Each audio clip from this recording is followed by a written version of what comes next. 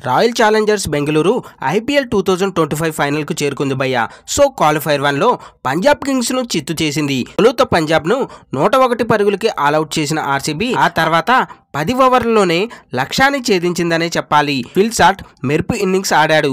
9 ఏళ్ల తర్వాత RCB final కు చేరడం విశేషం.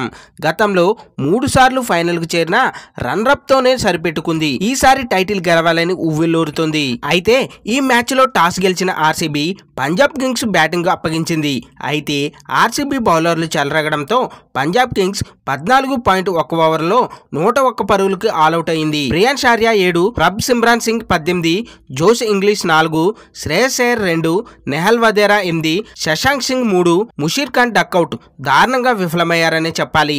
రాయల్ ఛాలెంజర్స్ బెంగళూరు బౌలర్లో జోష్ హెజిల్వుడ్ 3 వికెట్లు, సుయాష్ శర్మ 3 వికెట్లు, యష్ దయాల్ 2 వికెట్లు, Bhuvanesh Kumar 1 wicket, Romario shepherd 1 wicket తీశారు. ఇక అనంతరం స్వల్ప లక్ష్యంతో బరిలోకి దిగిన ఆర్సీబీ సరిగ్గా 10 ఓవర్లో లక్ష్యాన్ని ఛేదించింది.